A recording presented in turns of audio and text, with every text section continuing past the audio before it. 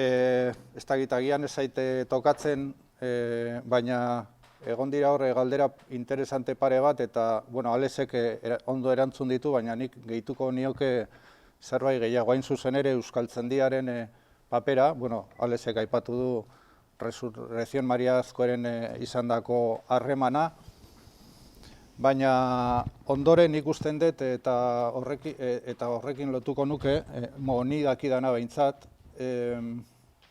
Euskaltzaindiak asko zor dio Federikori, eta hain zuzen ere ehungarren urtemugan, bere jaiotzaren ehungarren urtemugan Euskaltzaindiak ez du ezer egingo, are gehiago esango nuke. Alarguna, lehen aipatu duzu, bitan ezkondu zala, bigarren, ez dakit ondo esan da dago, bigarren alarguna esan daiteke, lehenengoa ere alarguna da, ez?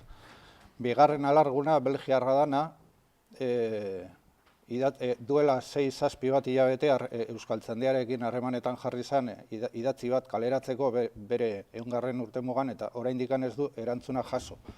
Beraz horrek esan nahi du Euskaltzaindiak kasu horretan jai, ez? Ematen du, kalambre ematen duela Krudwig, ez? Behin baino gehiagotan beste euskaltzainekin edo beste euskararen edo beste politikoaren ibilbidearen aurka, ez dut esango aurka denik, baina hor bidean potenteak direnak, hain zuzen ere potentek izan direna, ematen du historiak zurgatu ditula, ez? Txillardegiren kasu, Donostien, hemen Bilbon Krudwig, eta beste toki batzuetan hainbat eta hainbat jende, ez? Euskararen, zergatik euskara, nik usten dut funtsezkoa da, gazte zarenean edo gazte gaudenean auskalo zergatik, ez? Baina nik usten dut bede ibilbide osoan berak aipatzen zuen alde nabarmena, hain zuzen ere, abertzaletasun edo nazionalismoaren tradizionalarekin, ez? Arraza, Sabino Aranak arraza edo euskal gaur egun esango genuke ekotipoa, zeta dakigunez arraza ez da existitzen, ADN-ko edo genoma osoa deskubritu zenetik, badakigu arraza ez dela existitzen, eta esango genuke ekotipoa, ekotipo euskalduna izan zen Sabinoren garaian zutabe edo ardatz nagusia edo adar nagusia, nazionaltasuna goraipatzeko edo errebindikatzeko, eta Federikoren kasuan jakingo dezutenez hizkuntza da, hizkuntza eta hain zuzen ere gure hizkuntza euskara. Eta hirugarrena, ez dakit, jaztu zait, berdin du, aterako da gero ondoren, ez, zerbait, baina nik usten dut zor handia diola Euskaltzaindiak, eta atzo ez da atera, atzo egin zidaten edo atzo egin zidaten elkarrizketa bat berrian, ekarpena, Federikoren ekarpenari buruz, nire iritzia emateko, Xabier Quintanak usten dut idazten duela ere, Euskaltzaindiako kidea da, oker ez banago, bai. Eta, aipatzen du, gainetikan aipatzen ditu gauza batzuk, baina niri galdetu ziaten, kasetaria galdetu zian, ekarpen nagusiena, eta nik esan nion, bere garaian nik esango nuke duela 40 urte edo 30 urte ekarpen politikoa zen, eta egia da, hankaz gora jarri zuela gune politikoa garaiko frankismoaren garaian, eta ondorengo gaur egun nik esango nuke ere ezker abertzaleak Federiko botatako idei batzuen seme edo alaba dela, ez? Gezurra dirudiarren, baina nire ustez horrela da, baina ekarpen nagusia niretzako dela Euskaltzaindian. Eta ez naiz hortan aditua, baina sumatzen dut bere bizitza edo bere ibilbide politikoa ezagutu ezkero, ekarpen handiena hortan da, ez? Eta horregatik, berriz diot, Euskaltzaindiaren jarrera ez dut uste onargarria denik, baina, bakoitzari berea. Baita ere, aipatu beharko nuke, etorkizunari begira nik usten dut, oraindik gauza asko, berriz gezurra dirudiarren, baina ondarea, bueno, lehen Alesek aipatu duela, eta usten dut banatu egin dutela nik idatzitako artikula, por cierto, akatz txiki bat daude, gehiago ez badaude, eta aurreko zazpikan idatzi nuen, eta orduan aurreko astetan beraiek enkargatutako artikula da, nik egin nuelako, baizik eta beraiek enkargatu ziaten, enteratu ziren jaiotzaren 100. urtemuga zela, eta orduan ikerketa txiki batzuk egin nituen, eta nire sorpresarako bere ondarea artxibo historikoan hemen Bilbon, hemen Bilbon ez, ondoan Bilbon, Diaroko artxibo historikoan egon ziteken, baina hor dagoena oso gutxi da. Hitz egin nuen Borja Galderekin, bertako zuzendaria, ofiziala ez bada, baina zuzendari papera egiten duena, eta esan zian hain zuzen ere, duela urte batzuk bigarren alargunak utzitako dokumentuak dira gehienak, furgoneta batean eraman zuela hil zenean semea, Txandra. Por cierto, bere bi abizen erabiltzen dituna Krudvik Sagredo. Usten dut Bruselasen bizi dela, eta ez dakit, pena bada, baina ni badakit artxibo izugarriez nik ezagutu nuen azken urtetan, eta lehen aipatutako Años de lucha y peregrinajeren garaian editorea izan nintzen, eta sarrerako egilea, bildurrez argitaratutako liburu bat, baina azkenean argitaratu genuen zen, eta irakurri badezute, esaten den bezala, ez dakit, egurra nun nahi ematen du, eta jende askori. Bera zen bezala, ez? Atzo ere, usten dut, Baleren Bakaikoak beste artikulu bat idatzi zuen Garan, Federikori buruz, eta esaten zuen harremanetarako, nik ez dakate irudi hori, baina harremanetarako oso gizon sakarra zala. Baina, bueno, hori kontu personalak dira. Nik, niri tokatzen zitzaidan, Patxirekin hitz egin nuenean, nolabaiteko bere arlo edo adar politikoa pixka bat hausnartu, Alesek ibilbide osoa egin du, eta usten dut hirugarren partea izango litzake Euskal Herrira Hego Euskal Herrira itzultzen denetik aurrera, bereziki Garaldea liburuarekin lotutako kontuak, okerez banago ez dakite ziur, baina horregatik ni prestatu dudana hain zuzen ere, bere hiru arlo politikoak, ez? Eta arloarekin batera, edo garai politikoarekin batera, testu ingurua, kontestua. Eta testu ingurua beti, ez dakit, historiarekin lotuta gaudena, beti guretzako behintzat testu ingurua funtsezkoa da. Eta ziur aski, Federiko 1952an egingo zuen garaian egindako hitzaldia, agian beste ibilbide politiko, ekonomiko, ibilbide personal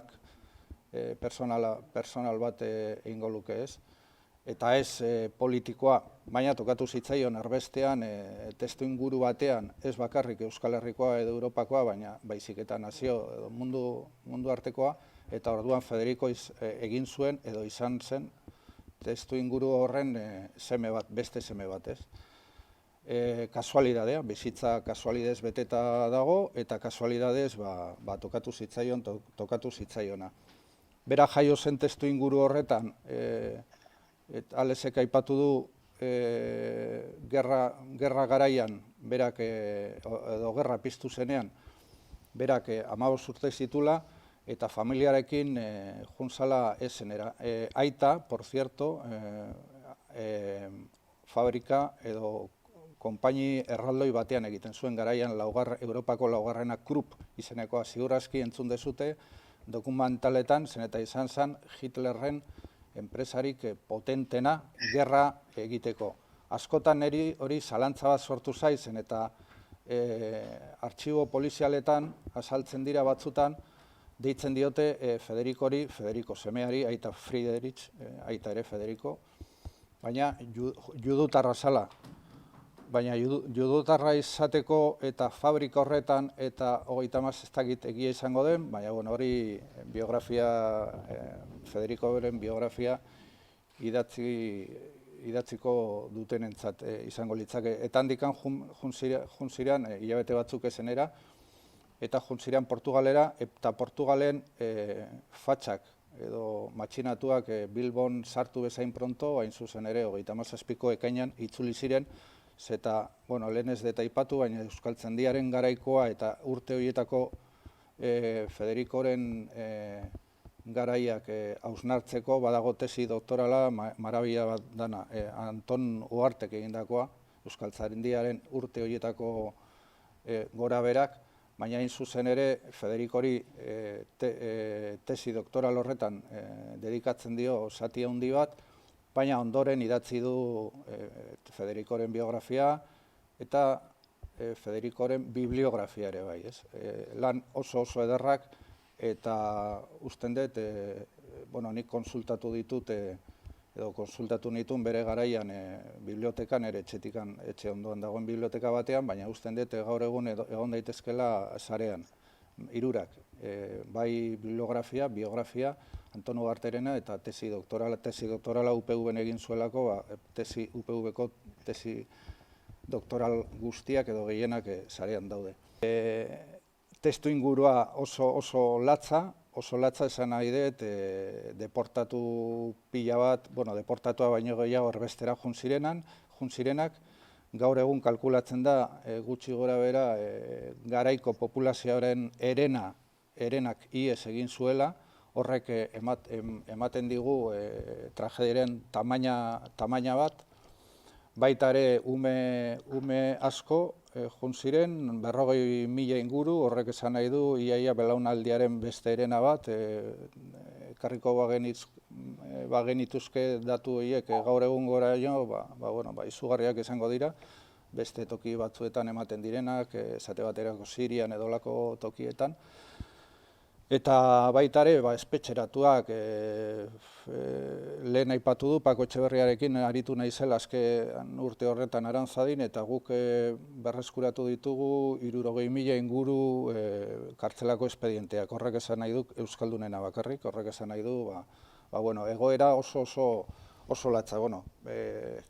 Ez da garaiko, ez da hitzaldi honen helburua, baina bai, ordea jarriko dut, eta hemen ditut apunteak, ez hasteko ezer, gutxi gora bera, nola Alexek bere bizitzaren lehenengo partea eman du, eta oso garrantzitsua da, eta nik usten dut peto-petoan asmatu dela, oso autodidaktikoa izan zen, eta bere ikasketa gainera aitaren eraginez, nik ez dut uste berak nahi zituen ikasketak izan zirela, zen eta komertzioko ez dakiz ere ikasi zuen, eta ez Deuston urte bakarra egon zen, baina gero partikularrean eta gero soldaduzka egin zuen 4 urte, eta orduan ikasi zuen iaia dana autodidaktaren edo autodidaktiaren bidez. Ematen da, nire usterako ematen da bere aldaketa nagusia, edo aldaketa radikala, orokorra ematen da 1952an, egindako. Bilesantek ematen du Lapurteraz bere Euskaltzaindiaren sarrerako hitzaldia, eta honek Federikok erantzuten dio Lapurteraz. Zein da testu ingurua? Barkatuko didazue, baina da gure lehen aipatu da naiz, historiarekin lotuta, edo historiak ikertzen ditugunon betiko kontua, ez? Apunte batzuk eman ditut. Bizkaiko elizbarrutiana, oso elizkoia zen herria, eta Bizkaian esate baterako, Bizkaiko elizbarrutiak inkesta bat egin zuen, eta horren arabera mesetara juten ziren, nire harridurako, nik usten dut gehiago zala, baina nire harridurako bitik batek mesetara igandero juten zen. Eta herri elizkoienak edo izango ziren Bizkaian, Durango eta Gernika.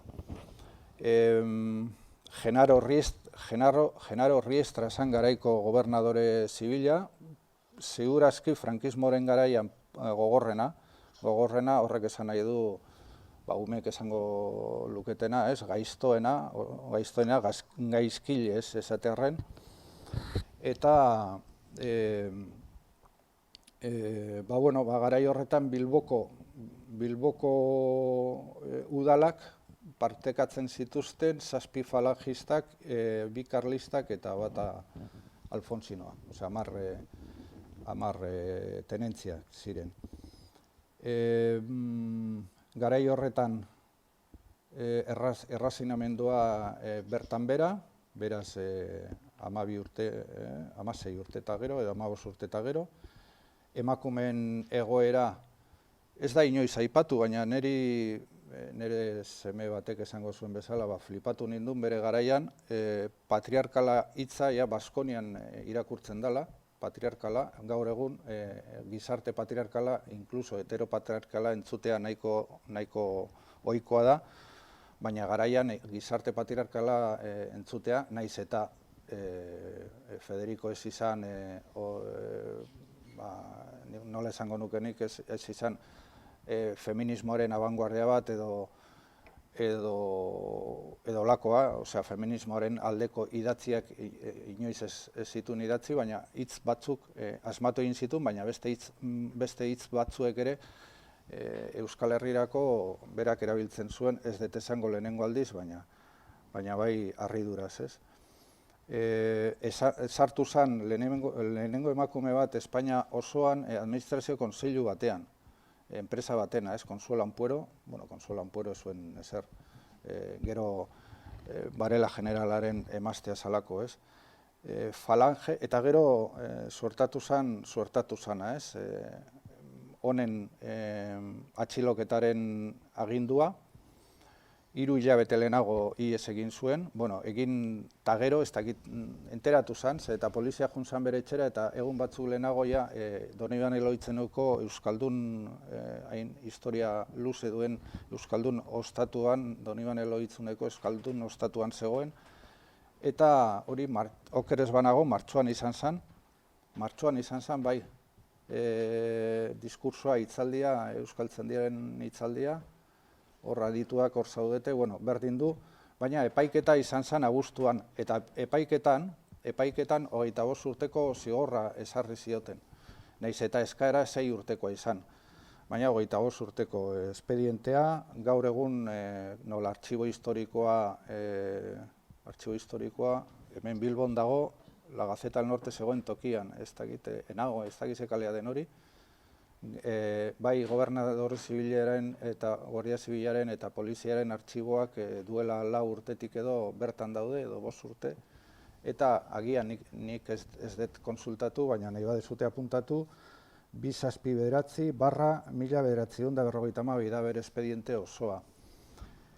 Eta horren ondoren, eragina handia izan zuen, eta badakizute, eta lezek ondo gogoratu digu, Euskaltzaindiaren bilera gaztelaniaz egiten zituzten, eta ondoren Krudwig edo Federicoren eraginez euskaraz hasi ziren egiten. Eta hortarako bazegoen, ez dut esango Genaro Riestraren esku izkutatua zenik edo idazkaria, baina bai, ez dakit, txibato kontua egiten zuena. Eta Seminario Rojas, hain zuzen ere, bazegoen Euskaltzaindian, jarrita espreski, eta berak egin zuen Federicoren itzulpena, eta orduan Genaro Riestra gobernadoreari helarazi zion, eta honek atxilotzeko agindua eman zuen. Eta horren ondorioa izan zuen, eta izugarrizko garrantzia eman zioten gertatutakoari Falangek aldizkari bat sortu zuen, Bizkaian aldizkari intelektuala, komatxoen artean. Bertan idazten zuten, 7 ale bakarrik argitaratu zituzten, baina lehenengo alean, Seminario Rojas, argi eta garbi idatzi zuen, eta gaztelaniaz dago, 4 lerro dira, eta gaztelaniaz irakurriko dizuet. La hora del vascuence pasó ya hace muchos años, o quizá no existió nunca, el vascuence no podrá ser nunca un vehículo de la ciencia, porque el medio millón de personas que lo hablan son en su mayoría incultas. Hori izan zen hain zuzen ere, Krudwig edo Federikoren diskursoaren erantzun ofiziala, Zumarraga aldizkariaren bidez, editorialaren bidez. Eta egon zen mendeku bat, urte berean, Carlos Arias Salgado, egun orain dela gutxiren ministro baten aitak, garaian zen beste frankismoaren ministroa, eta mendeku egon zen, eta baitu zuen Euskal Tzendiaren buletin guztiak. Baina, buletin guztiak gerrarekin desagertu ziren, zeukaten informazioa oso gutxi izan, ez? Eta onerako eta txarrerako, garai urte horretako testu inguruan, Opus sortu zuen unibertsitatea, Iruñan, eta onerako badegu zeruko argiaren berrargitarapena, ez? Berriz martxan jarri zen, gaur egun argia den aldizkaria. Bueno, Federico Junzan, aipatu dudan bezala, ez dute hortaz hitz egingo, Donibanera, Donibanetik Parisera, eta Parisera aitaren babesarekin, aita beti bere gainean ibiltzen zen, Krudwig Friedrich Krudwig Bartolome, ez dakit bigarrena izenan diktatorkio, baina ezen Krupp enpresaren zera, gune nagusia zan esenen, Alemaniako esenen, eta hor egon zan urte batzuk lanean. Eta han eskonduen zan, eta han izan zuen Txandragen aipatutako Txandra izeneko semea. Norekin partekatzen zituen bere kezkak eta bar, zen eta 50ean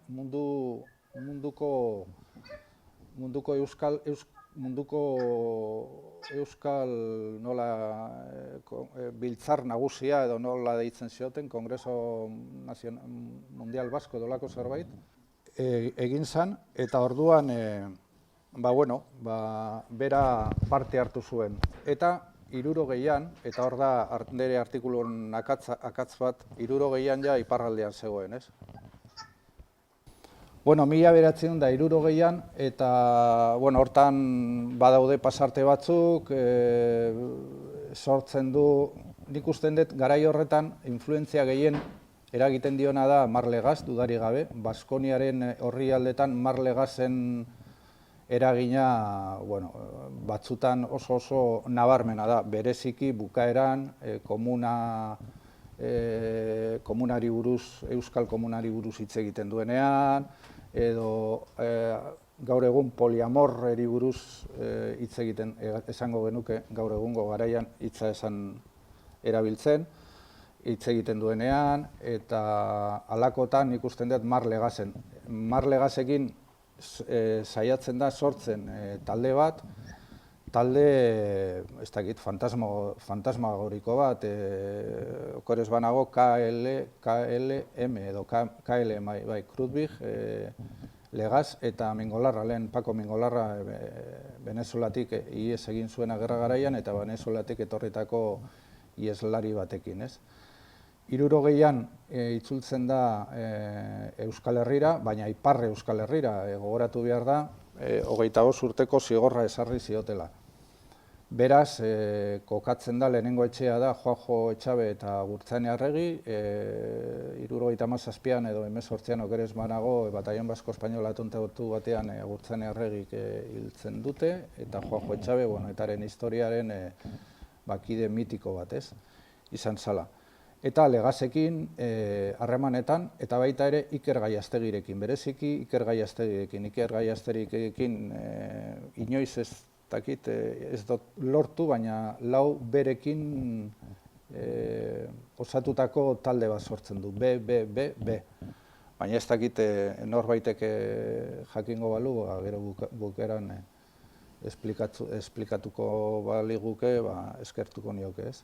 Baina toki batzutan irakurri dut, B, baina ez dakit zer esan nahi du. Bestea bai, ordea, KLM ziren iruen lehenengo abizen lehenengo letrak. Askotan esan da, etaren militantea izan zala, Euskal Herrira etorri zenetik, baina hori ez da egia.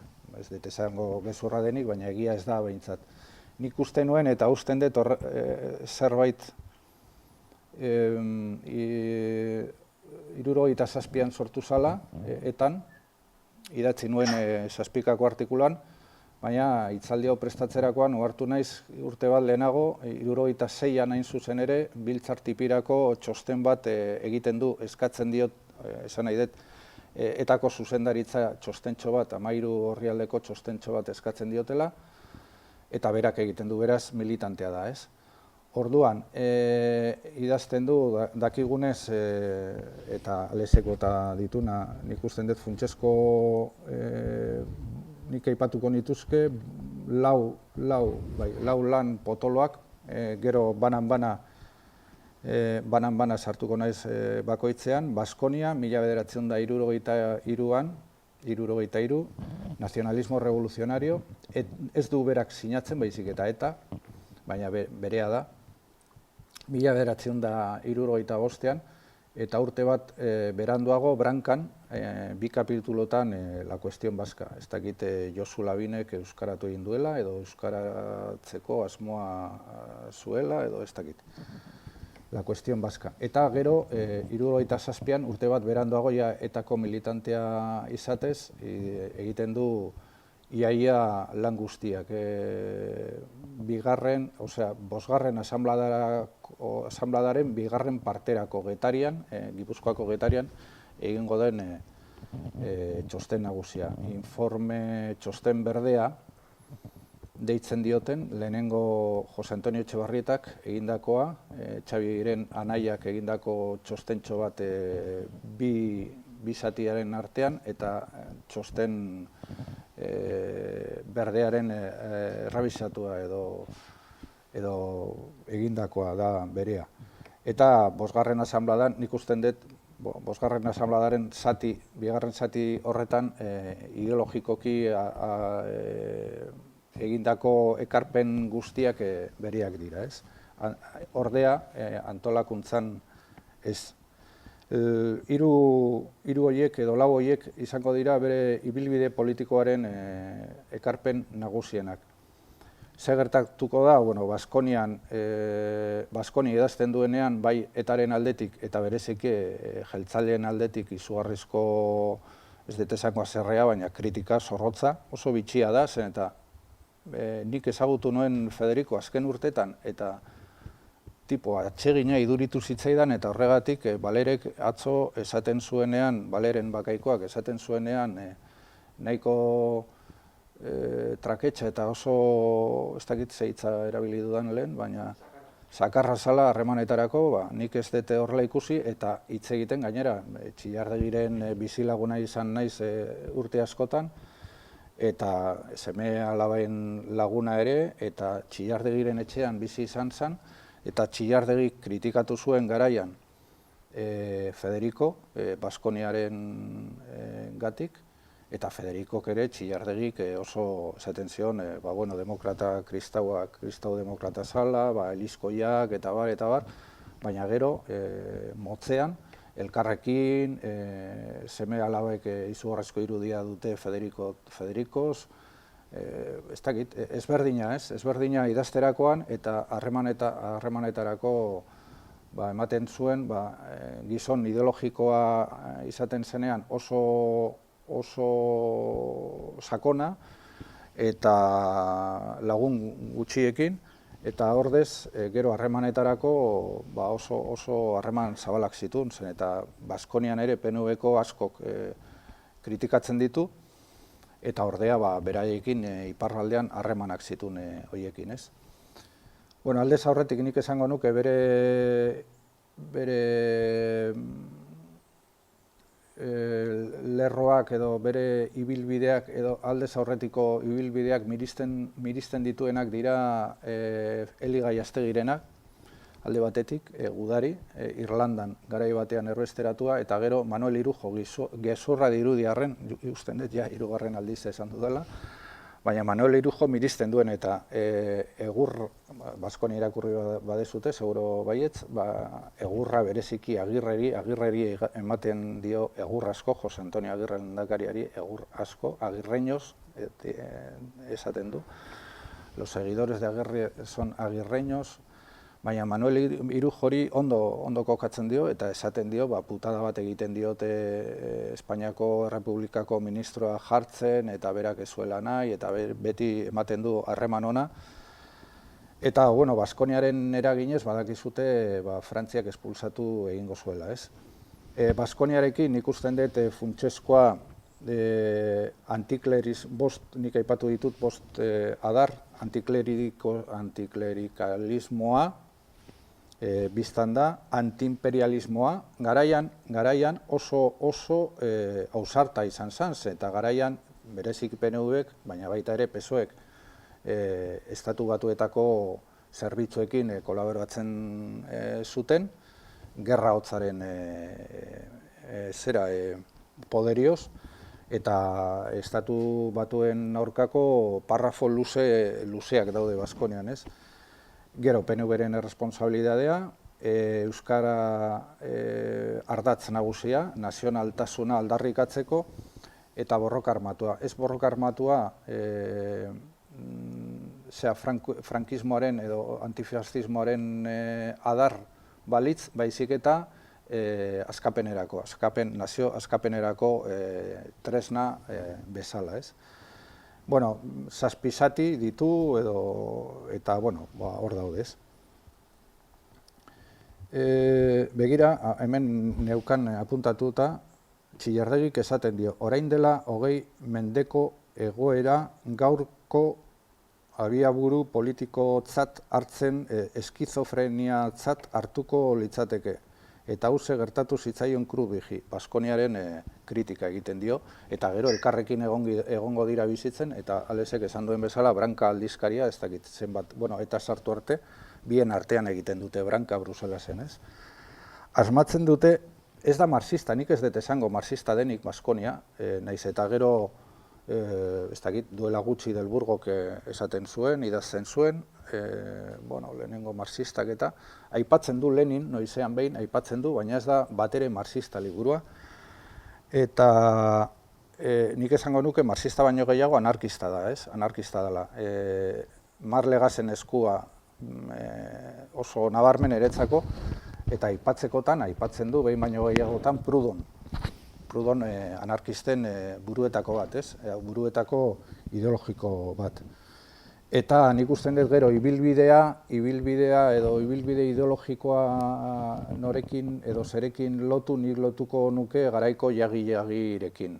Oso nabarmen, aipatzen ditu gainera pasarte batzuk, eta horregatik nik usten dut Eli Gaiaztegi bere irakaslea izan daitekela. Eta hori da, Baskonia. Erbestearen ibilbidea baino lehenago aipatuko nuke horrekin nazionalismo revoluzionario 2 edo 3 urte beranduago idatzita dago, eta nazionalismo revoluzionarioaren sarreran oso argia da. Zer da nazionalismo revoluzionario? Ulertzeko, berak esaten du, gaztelaniaz idatzita dago, baina esaten du, ulertzeko nazionalismo revoluzionario da gaur egun deitzen diogun kastrismo.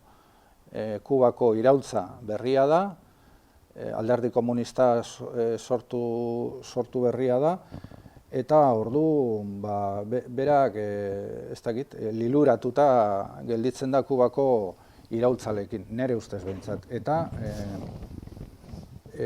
banatzen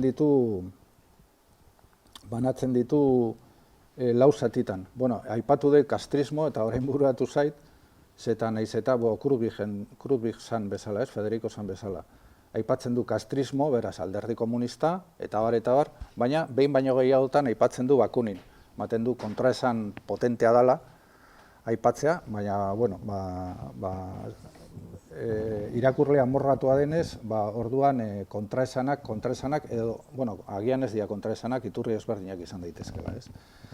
Borrokarako eraberriak, funtsezko kontraesanaren garapena eta autodeterminazio eskubidea. Autodeterminazio eskubidea oso importantea da, eta nik usten dut ekarpen nagusiena dala, zeta ordura arte autodeterminazio eskubidea ez dakit, esan aldarrikatzen Euskal Herrian edo autonomismoa, estatutua, edo independentzia. Baina autodeterminazio eskubidea nazio batuek Bigarren Munduko Gerraren termino berria, sortutako termino berria da, eta orduan berak aipatzen du, ez?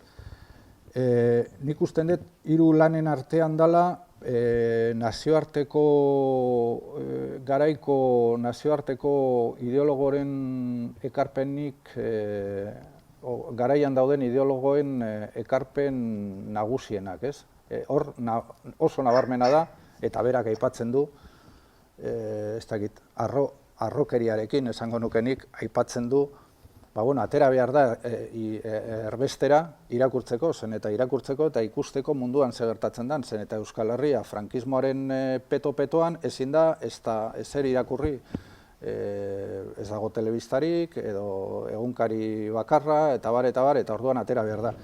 Eta berak aipatzen du, ja lehenengo aldiz, aipatzen du Engels, aipatzen du Koltxov, Trotsky ere, Mikhail Koltxov, Bilbon egon zala kasetari, Mao Zedong gero, aipatu duten bezala itzulpe euskeratu egin zuela, eta bereziki Truontxin izango da funtsezkoa, gero gogoratu izena, baina baita ere aipatzen ditu beste izen batzuk, eta nik ez dakit flipatu egin nuen izenak, flipatu hitzaiak lehen erabili egin dut, hiztegian sartuko dugu. Esate baterako, nik irakurtzerakoan esaten nuen, eta nor da hau, ez? Gaur egun oso erreza da interneten bidez, baina Koreako alderdi komunistako ez daki nor, Txinako alderdi komunistako ez daki beste bat, Errusiako edo Sobiet Batasuneko beste bat, en fin. Eta orduan, hor nik usten dut ja marxista dela, baina toke anarkista batzuekin, ez? PNV-ri buruz esaten du, no son nacionalistas, sino que se sirven del nacionalismo para sus intereses, hor ja klase borroka aipatzen du, eta alderdi komunistari buruz, Partido Comunista esaten du, les viene su índole contrarrevolucionaria de su idiosincrasia hispana. El PC nada es diferente a la Falange. Es tan profunda su naturaleza hispana que se olvida de Lenin. Eta hirugarren lana da, Alesek aipatu duena, ez? La cuestión vasca, ez dakit lanean la causa vasca idatzi nuen, baina, la cuestión vasca, eta la cuestión vasca nire interesatzen zaidana da, nazionalismo revoluzionaren jarraipena da, baina interesatzen zaidana da lehenengo kapituluak, ez? Oso interesgarriak dira, eta ez dakit zergatik aukeratzen ditu, Krutbigek aukeratzen ditu bere usterako azken mendetan ez, azken hamarkadetan Euskal Abertzaletasunari buruz egindako ekarpen nagusienak. Eta zeintzuk dira personaje horiek. Eta lehenago da Agustin Xao, biztan da. Nik usten dut Agustin Xaori zor diogu ekarpen asko, nahiz eta ekarpen erromantikoak izan. Baina Agustin Xaoren ekarpenan ikusten dut datorkiola Legazeren bidez. Sabino Arana asko kritikatzen du, baina bere meritoa ere ematen dio. Eskuela aranista berak esaten du, eta aipatzen ditu bi adarrez, Engrazio de Aranzadirena, Komunion eta Partido Eli Gaiastegi, alderdi erena. Ramon Goikoetxea ez ezaguna da, baina ezagutuko dezute segurazki, evangelista de Iberoren pseudonimarekin idazten zuen, eta Ami, liburu txiki bat, Ami, ez dakit, misal... Ami. Izeneko, norkitz egin du, hemen? Bai, Ami. Ami Basko, hori da, bai. Ami Basko izan zen Bueno, ez dakit, erantzun galderak oso txikia eta asko zabalduta egon zen bere garaian. Aipatzen du gero, Evangelista Diberoren ondoren aipatzen du Eli Gaiastegi, aipatzen du Xabier Landauru. Xabier Landauruk Jaurlaritzan zegoen, eta Agirre lehendakariaren oso gertu, eta La Causa del Pueblo Vasco idatzi zuen urte batzuk lehenago, eta esaten du, kristau demokrataren eskerrean egon zitekela. Gero aipatzen du Marlegaz, eta gero aipatzen du Enbata, eta aipatzen du Guillermo Uitzindarre.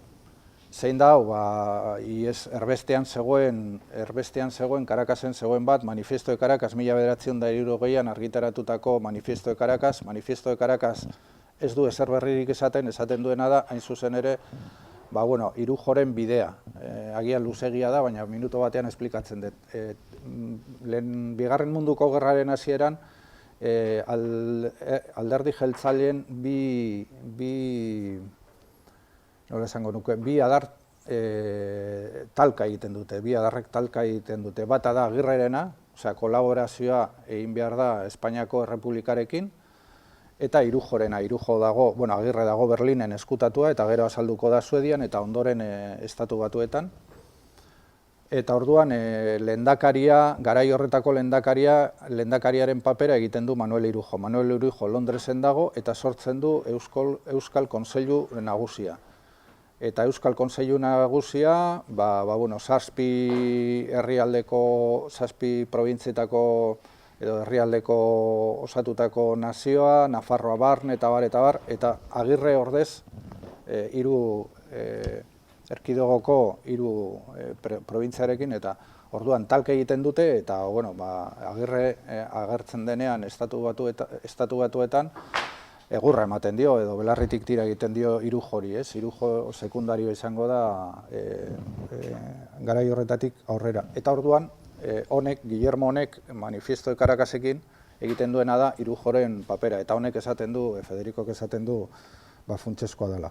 Hor, aipatzen du berriz Federikok lan honetan La Causa Vasca patriarkal, gizarte patriarkala dela, eta aipatzen du, hain zuzen ere, emakumearen berdintasunaren ideia ez dela beria, baizik eta Saorena, eta aipatzen du Che Guevara, garai horretako, ez du aipatzen nazionalismo revoluzionario, baina aipatzen du Che Guevara, eta esaten du Che Guevarak ez du ezer asmatu, baizik eta asmatu zutenak izan ziren Zumalakarregi eta Sagastibeltza generalak karlistadietan.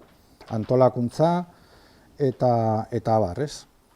Asmatzen ditu hitz batzuk, lehen Alesek aipatu du bat, ibilbidea esateko, baina nik aipatu ditut hemen antolakuntzan bereziki plastikolariz, irurkoak, komandoak esateko eta baina hitz agian hain ezagunak ez direnak gaztelaniaz eta euskeraz. Retalion zai esan nahi du, berak esaten du talion, la ley del talion, ojo por ojo, diente por diente, eta garai batean egiten zuen ekintza, errepresioa ekintza, eta orduan retalion, berak esaten du etxaiak egiten duen baino gehiago egin behar dela, irabazteko.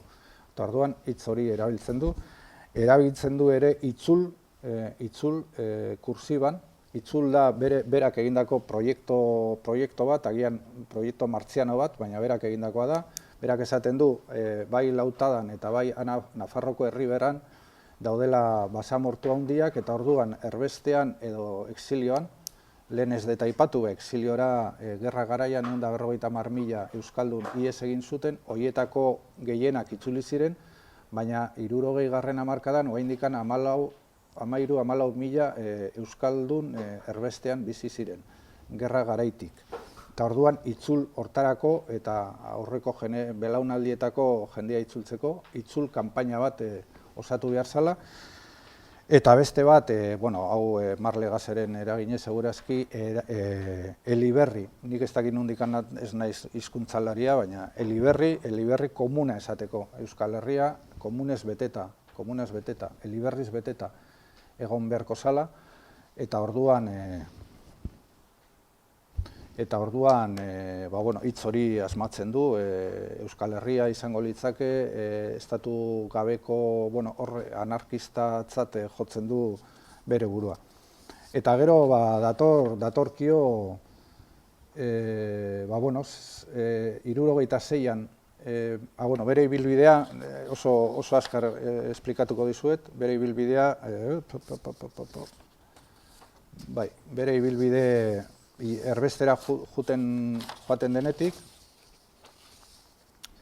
1960an iparraldean, lehen aipatu dudan bezala, 24an aukera ematen diote, ez dut esango, baina hori luzegia izango litzake, baina mereziko luke artikulu baterako, hor badago trukaketa bat.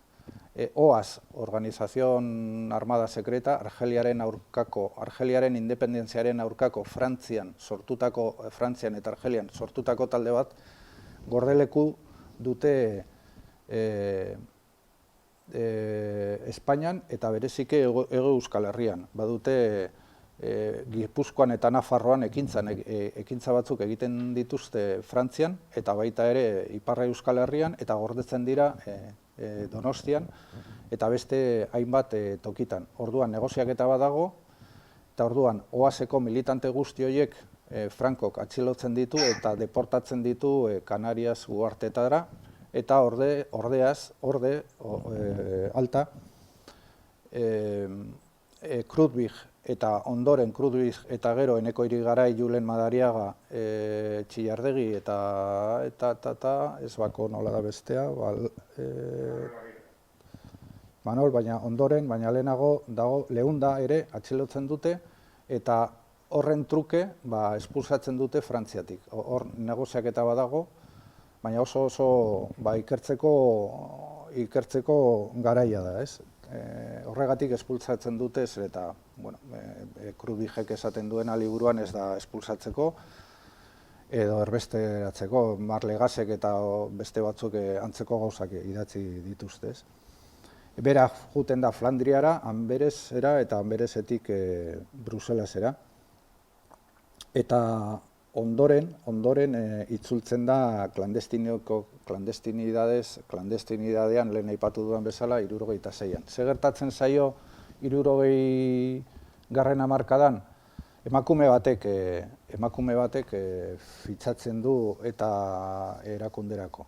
Osane Belaustegi Goitia. Osane Belaustegi Goitia ere mereziko luke biografia potente bat, horrek bai, emakumea dalako alde batetik eta oso ez ezaguna, Belaustegi Goitia dira ezagutuko dezute, bereziki futbol zaleak, zen eta bere familietako bat erbestera juntziren guztiak, atletikeko jokalaria, euskal selekziokoa, oso gainera dirudunak, Mexikon, bera Mexikon jaioa, baina Mexikon beti euskaraz, familiaren barnean euskaraz egiten zuen, eta 60. hamarkadaren hasieran Bilbora Bilbora juntzan bizitzera, euskara hitz egiten eta topo egiten du etako lehenengo militantekin, guztiak erdaldunak eta euskaldun berriak izango direnak, Federico bezala, ez?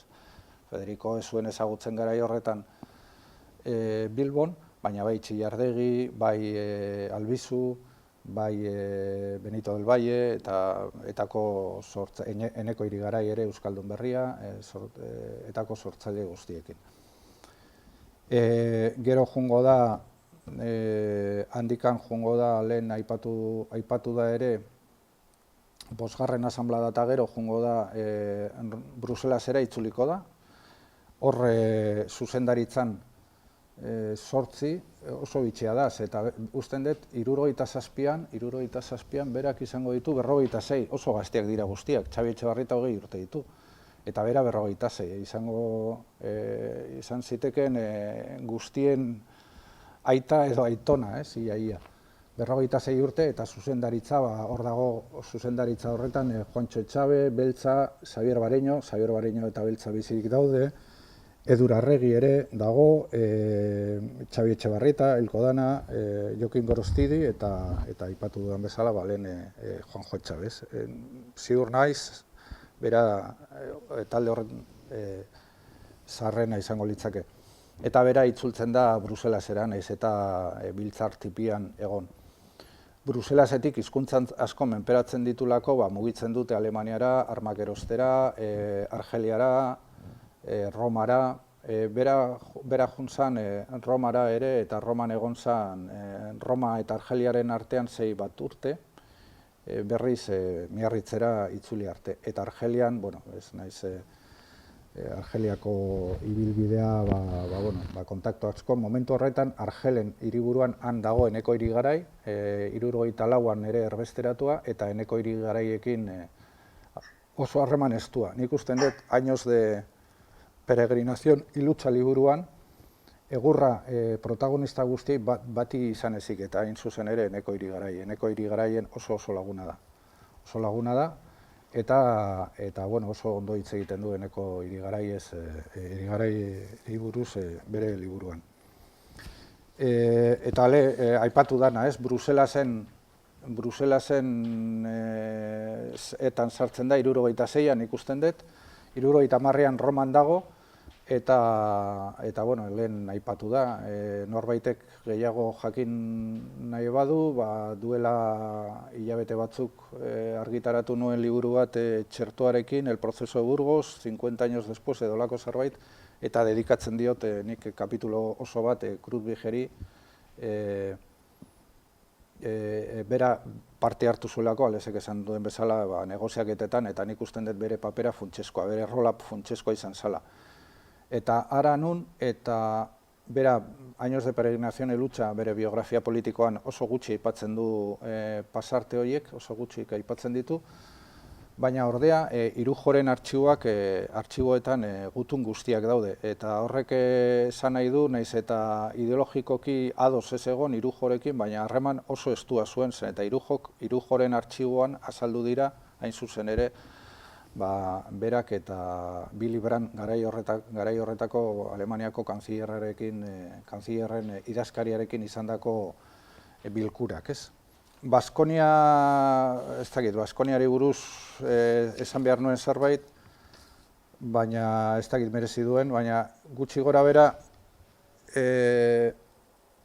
bukatuko dut horrekin, bi testo aurkitu dut, ez dakit gero hortaz hitzein godu Xavier. Garaldeari. Baina lan askoren artean niri flipatu ninduna zan, horregatik oso poliedrikoa zalako, poliedriko hitz berria da, eta erabiltzen den horietako bat, Erromitxelari buruzko hiztegi bat egin zuen, Federikok, eta nik usten dut, berak eta agian Txomin Peienek, nik usten dut gaur egun gehien dakiguna Erromitxelari buruz da Federikori esker, ez dakit bestea Txominena, eta agian tesiren bat tesi, baina ez doktorala baizik eta beste batena, emakume neska batena badago, baina hiztegi txiki bat lortu zuen, bere jakinduria izugarria esan, ez? Eta gero ere, bere ondarearen artean, nun baiten argazkilari itzela zan, beti argazki makinarekin, eta nun baiten egon beharko du, hitzein dut nik aprobetxatu, zeungarren urte mugazala eta batzuekin, baina inork ez daki, ez daki nun egon daiteken bere artxiboaz, eta Manu Ercillak esate baterako berarekin Euskaltzendian aritatuakoa, eta azken elkartean aritutakoa esaten zian bere etxean, nik ere ikusi ditut, milaka eta milaka negatiboak gordetzen ziren, baina guzti horiek desagertu egin dira. Nik pentsatzen dut, agian bere semea Txandrak eraman zuela bere garaian. Eta hirugarrena da, poeta ere izan zala, ez? Poeta ere, eta nire harridurako, ni ez naiz oso musikazalea, nire harridurako ere, Xavier Letek bere poema bat kantatu zuen, eta baita ere, Imanolek eta Patxi Imanolek norekin egin zuen, ez Patxi Handion esan behar nuen, baina ez da Patxi Handion. Paka Ibainezekin, bihotza izenekoa. Eta bukatzeko irakurriko dezen, eta lehengo egunean aurkitu nuen, nik ez nuen ezagutzen, esan dizuedan bezala, ez naiz oso musikazalea, baina gustatu zitzaidan, ez? Eta nik usten dut gainera ematen dio Federikoren nortasunaren adibide bat, ez? Oso vitalista eta kezkatuta bizitzarekin eta kezkatuta etorkizunarekin ere, eta hurrengo belaunaldiarekin munduak gezurra diotsu, gezurra bere argi indarrez, negarretan mina inork ez du aditzen.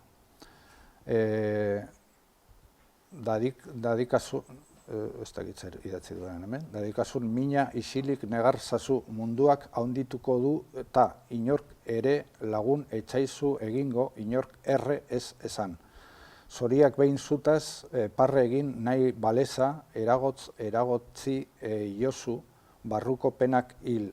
Espainetan panea kanpora ipini ezazu. Jainko gorde hoiek ez zaituztet gurtzen nik, zuek ere ulkorrak, segaizkiari naiz irakurtzen, ulkorrak zarete, eta ezereza ziurki zoazte ezer ez bai zarete, Bueno, hori 1949an, oraindikan Bilbon zegoen idatzi zuen, eta aipatu dudan bezala Letek eta ondoren Pako Ibañez eta Imanolek abestu zuten. Eta horrekin usten dugu, ez dakit, 5 minuto daude galdetetarako, bestela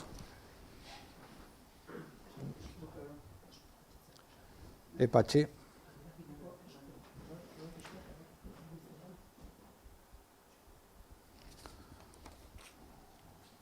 Euskal Tenebrosoen nola esaten zuen eta, bitxia da, etako zuzendaritzako partaidea izan, baina eta sortu zenean iparraldean Baskonian idazten du, zertarako sortu da eta, hortarako badago NV, ideologikoki berdina direlako, eta Euskadi askatasunaren izena jarri ordez, berak jartzen dio Euskal Tenebratasunuen alkartasuna, ez?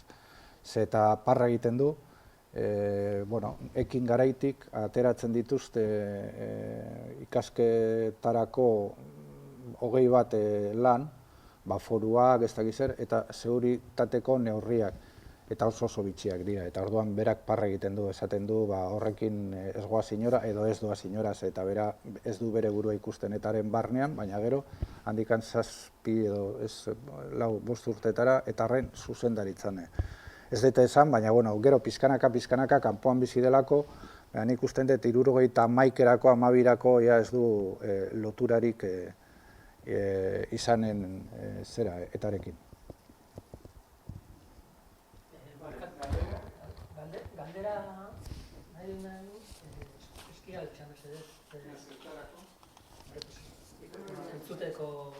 Galdera ortogramatzea, zerrezuen antzuna, eta ondo galdera.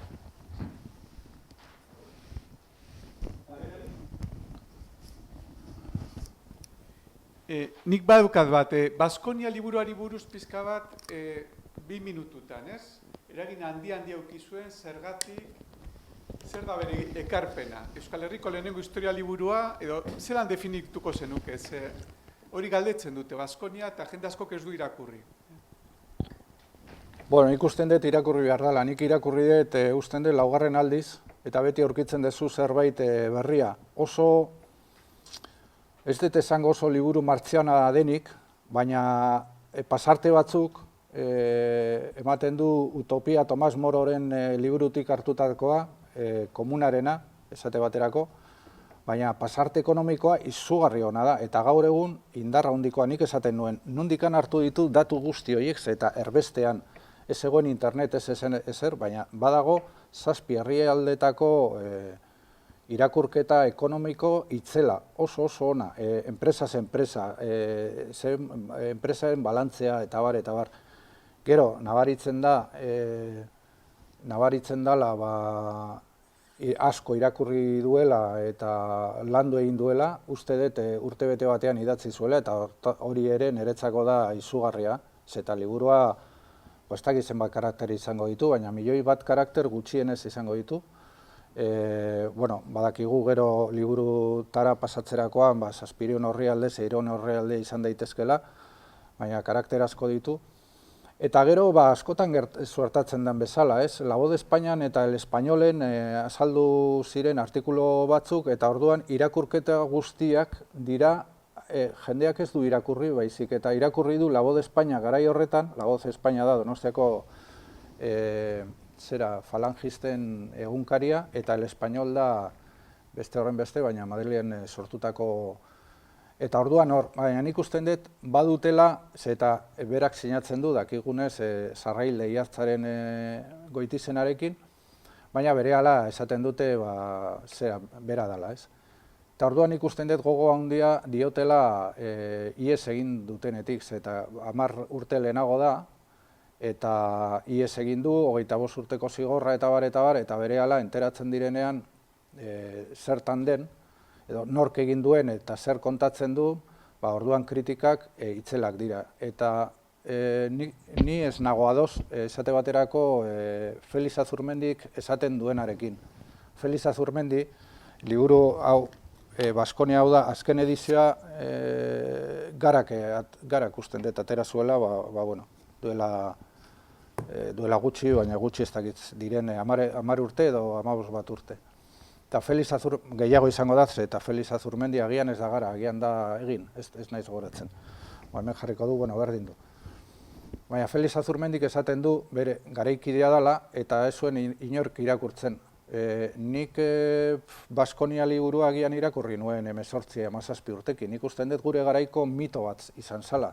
Eta aipatzen nuen artikuluan, gure belaunaldirako ni 73 urte ditut, osea, hauek baina askoz gazteago, ez gaztea, baina askoz gazteago bai, baina guretzako gure belaunaldirako dira kosketan den, dira Arraiz eta Herri Arestirena, eta Baskonia politikoki Baskonia. Eta Baskonia guretzako izan zen aurkikuntza izugarria. Izugarria eta denbora badago gainera, ez dakit irakurriko dut, baina ze eragina izango duen begira. Alderdi jeltzaileek idatzi zutena Baskoniari buruz. Eta horregatik aipatzen dut izugarrizko eragina, naiz eta irakurria ez izan. Baina irakurri, eta gero aipatzen dut ere, neri Peixotok behin kontatu zian, bera etan sartu zenean, 2 liburu eman zizkioten irakurtzeko. Bata Baskonia eta bestea Fran Fanon. Fran Fanonena, ez dakit nik esan nion, ez dut sinisten Fran Fanon irakurri zenula, zen eta Fran Fanonena, Los Condenados de la Tierra, Le Dame de la Terre, garai horretan ez egoen itzulita. Los Condenados de la Tierra, 70. hamarkadan, bazegoen edizio bat Mexikon, baina ez dut uste eta kideek, baina Baskonia bai, eta Peixotok esaten zian, 2 liburu irakurri behar genitun formazio gisa, eta bat azan Baskonia, nik usten dut oso irakurria izan zala. Todos conocen... bai.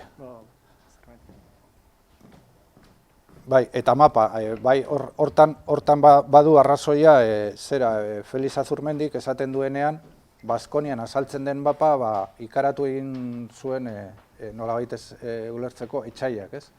Eta baita ere nik aipatzen dut, Xabier Arzalluz eta jeltzaileak hasi zirenean autonomia estatutoa negoziatzen Madrilen, hauek beste UCD-koek pentsatzen zuten negoziatu behar zutela autonomia estatu bat Krutbige proposatzen zuen herrialdetarako. Garonatik, Ebro, Kantabriaren zati bat, Errioxa osoa, eta Baskonian beherazk esplikatzen du zergatik egungo estatutoan, erkidegoan ez dago Nafarroa, eta zergatik ez gehitu Errioxa, zer eta Elgetako autonomia estatutoan, Errioxak eskatu zuela gehitzea, 4 probintzia izan ordez, 5, eta ez zioten onartu, ez? Todos conocen a través de los extractos publicados en La Voz de España y El Español las geniales ideas que este librado define al nacionalismo y consigue a Euskadi, con Z, al que igual que los españoles llama Baskonia. La filosofía marxista con la supresión de la propiedad privada, la vida en comunas y el amor libre y el terrorismo más africano como fin en sí mismo son algunas de las lindezas que nos viene a ofrecer el amigo Krudvig como soluciones vascas. ETA, que tiene por costumbre el no definirse en lo que le perjudica, no ha aceptado públicamente la ideología de Baskonia. Hori egia da. Es un hecho, sin embargo, y así lo hacemos constatar, que los elementos de ETA se encargan de distribuir dichos panfletos dentro del país. Hori ere egia da. El PNV, que ha condenado ya la ideología contenida en Baskonia, espera que ETA se defina en este punto. Puntos suspensivos, si puede. Recordemos que ETA tiene suscrita una alianza con las Juventudes Comunistas, pacto que en su día fue profusamente difundido por Radio Praga. Hau izan zen, jeltzaileen erantzuna. Eta, ez dakit, horregatik, onerako eta txarrerako izan zen gure belaunaldiko eta belaunaldi pare batentzako izan zen mugarri bat esango nukenik. Gero irakurtzerakoan beste gauza bat, baina liburu asko mugarriak izan dira. Liburu askok edo pasarte batzuk edo, ez dakit, niretzako ere Las Carabinas de Gaztibeltza mugarri bat izan zelako, baina Las Carabinas de Gaztibeltza Marle Gazena da novela alai bat, baina politikoki eragin gabeko novela bat. Eta garaian, La causa del pueblo vasco esate baterako gustatu zitzaiola Federikori, Xabier Landauruk idatzitakoa, ez zuen erantzunik. Lehen aipatu dut, agian kasualidadez osatutako bizitza bat, eta Baskonia, nik usten dut garrantzia, zer eta egunen batean edo urte batean edo bestean hartuko lukela, ez. Baina La Voz de España eta La España, berak esaten zuen La Nueva Baskonian usten dut, idazterakoan, ospea sortziola El Españolen artikulu bati, eta garai horretan Turismo eta Informazio Ministroa zen Manuel Fraga, ondoren Alderdi Popularreko idazkari nagusia izan zana, edo presidente izan zana. Eta, bukatzeko erantzunarekin ikusten dut, zor diotela eta oso enfokatua dago iez egin zuenetik Federico, eta horregatik egurra ematen diotela. Ezen bat ere sakarra.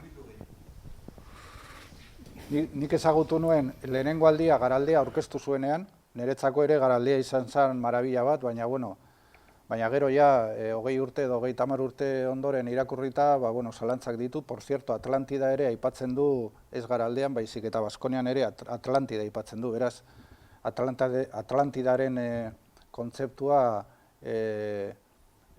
aspalditik datorkio, eta nik ezagutu nuen azken urtetan, Bilbon bizi zenean, eta niretzako oso atsegina, oso espeziala, berezia hitz egiterakoan, gu askoz gazteagok, bera beste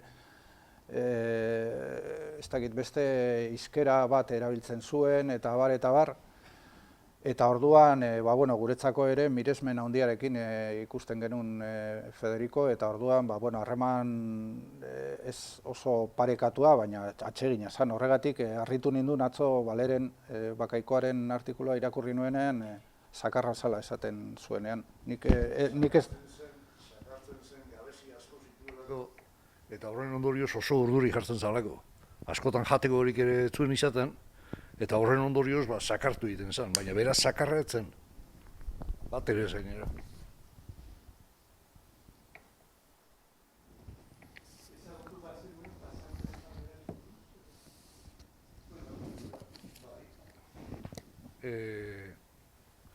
Hemen ez da aipatu, behar badazue jaingo duzue, zein zen bere ikuspuntua euskalkieri buruz. Eta filologia aldetik berak ez zuen sekula hor muturra sartzen, eta sentimentu aldetik ere ez. Baina berantzako euskalkiak ziren, nik interpretatzen duten bezala, nahiko arriskutsuak. Pentsatzen zuelako Euskal Herria sakabanatzeko gure etxaiak erabiltzen zuten instrumentu bazalako. Da hori askotan errepikatzen zuen gainera. Berantzako nik ez nion sekula entzun euskalkikeria hitza, baina ez zituen bat ere gogoko. Berazan, nazional abertzale bat. Eta berak esaten zuen, ni naiz Euskal Herritarra eta kitxo hor bukatzen zandana. Ez zegoen ez iparralderik, ez hegoalderik eta ez ezer. Berazan, Getxoko Euskal Herritar bat. Eta beste ni betzatzen dut horregatik anzala. Berak ikusi zuelako historian zehar, euskalkiak beti erabili izan direla Euskal Herria suntsitzeko. Politikoki esan nahi dute, politikoki. Eta gero hizkuntza modernizatu behar zelako, eta orduan, ez dakit, mugak edo ikusten zitulako euskalkietan, ez?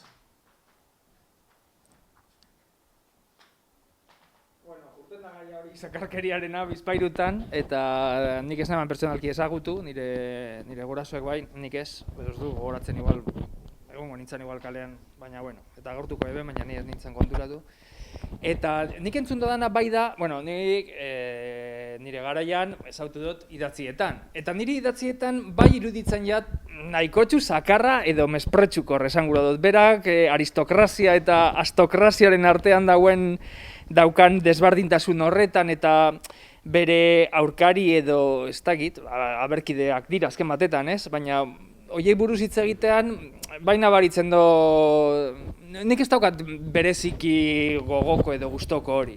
Baina, pertsonal aldean esaten dabena, eta hau esaten daba adibidez Quintana batek gertuz ezagutzen ebana, berak esaten eban, pertsonalen etzala bat inolaz ere mespretsukor, eta nahiko ondo onartzen ebazala besteen argudioak, berak egiten ebana, bere esan sartzen eztabaidetan, esango dut, berak botatzen eban bere iritzia, entzuten eban kontrako, eta berak argitzen eban berea, eta ikusten ba eban hor eztabaida puntu sorginzokaren bat, berak ez eban jarraitzen.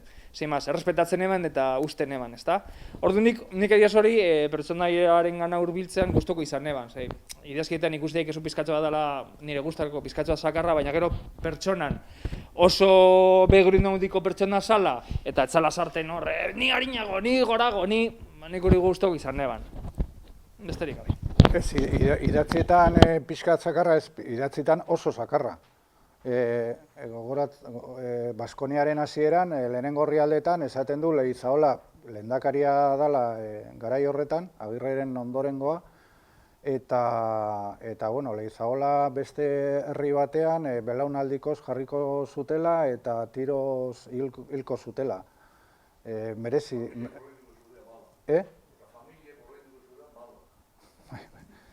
Bai, oso zakarra. Eta Años de Peregrinación liburua eneko hirigarai miresten du, baina gainontzeko guztiak dira bigarren mailakoak. Jose Antonio Etxebarrieta jartzen du, lehen jarri dut Txillardegiren adibidea, ez? Bien arteko talka, gogorrak, idatzietan, baina gero personalki elkarrekin, familia konpartitu, ez dakit, holako jende asko dago. Neri behin esan zidan montonero batek, Mauricio Rosenkopf, politika askotan dela boseo borroka bat bezala, ez? Gon denean, kolpeka, eta gero gon berriz jotzen dutenean, atxeden aldia da, eta orduan alasaia hitz egiten duzu, eta gon berriz, eta orduan, atxeden aldietan, zertarako izan zakarra, ez? Atxeden aldietan atxegina, eta gero berriz, eta pentsatu behar dugu ere, garaiak oso aldakorrak, hor eman ziren aldaketa asko, politiko mailan, sozial mailan, ekonomia mailan, eta bere apostua itzele izan zen, ez?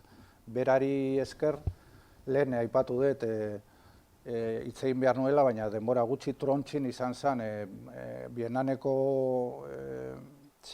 armadaren burua, Vietconeko buruetako bat, eta berak idatzi zuen, berak kopiatu zuen, kopiari pegar egin zuen, eta gauza bera egin zuen etarako, etarentzat, lau fronteren hipotesia edo ideia berea da, berea ez trontxunena, baina berak ekarpena egin zuen. Izan da pixka bat jokuz kanpoko kontua, baina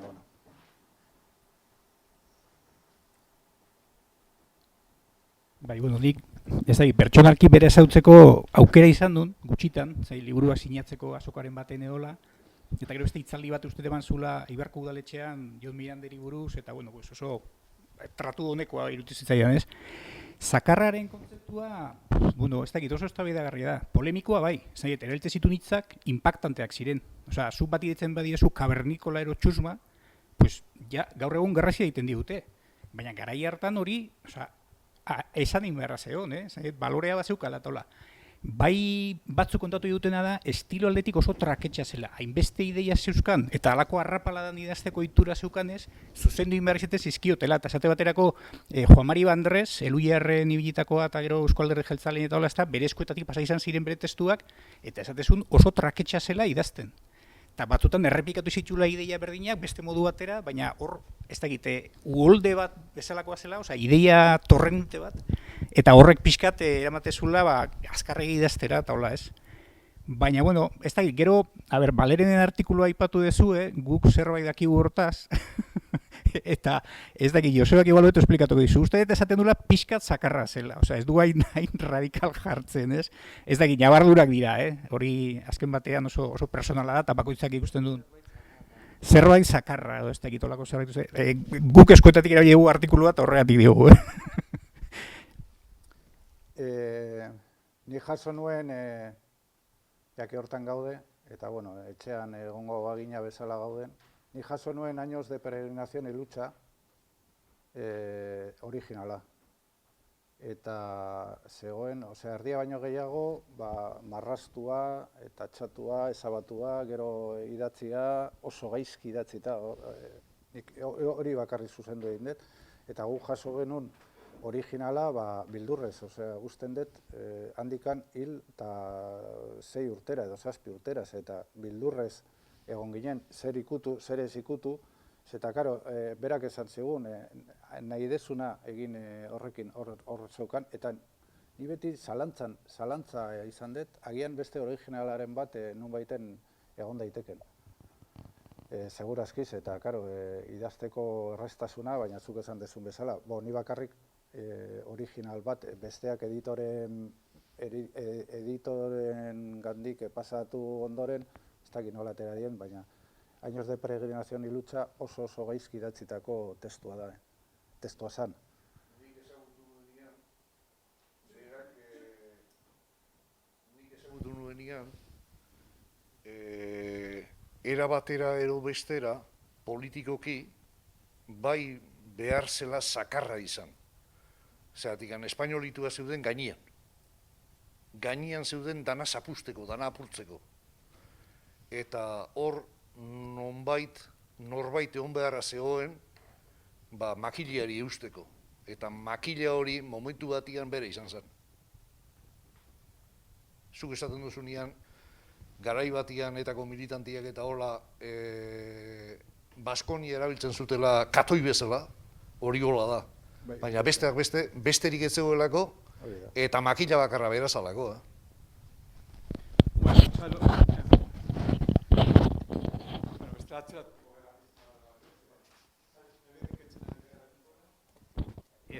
Zuzenketa bat uste Juan Mari Bandres esan dela, baina izan du Luis Mari Bandres. Juan Mari Bandres izan zen Euskagaiko Eskerrakoa eta Luis Mari Bandresen EAJkoa. Eta zurekin bat nator, nik ere Baskonia 17-18 urtekin irakurri nuen, gogoratzen naiz, osabaren bitartez amari pasaziola eta amak esan zidala. Bueno, kontu zibi zaitez hau dinamita hutsa delako, Eta egia da, liburuak inpaktatu indinula. Gauza askotan, ze pentsa eman zidan, baina, bueno, gure frankismo garaien jaiotako bagera eta pixkatez autu denun.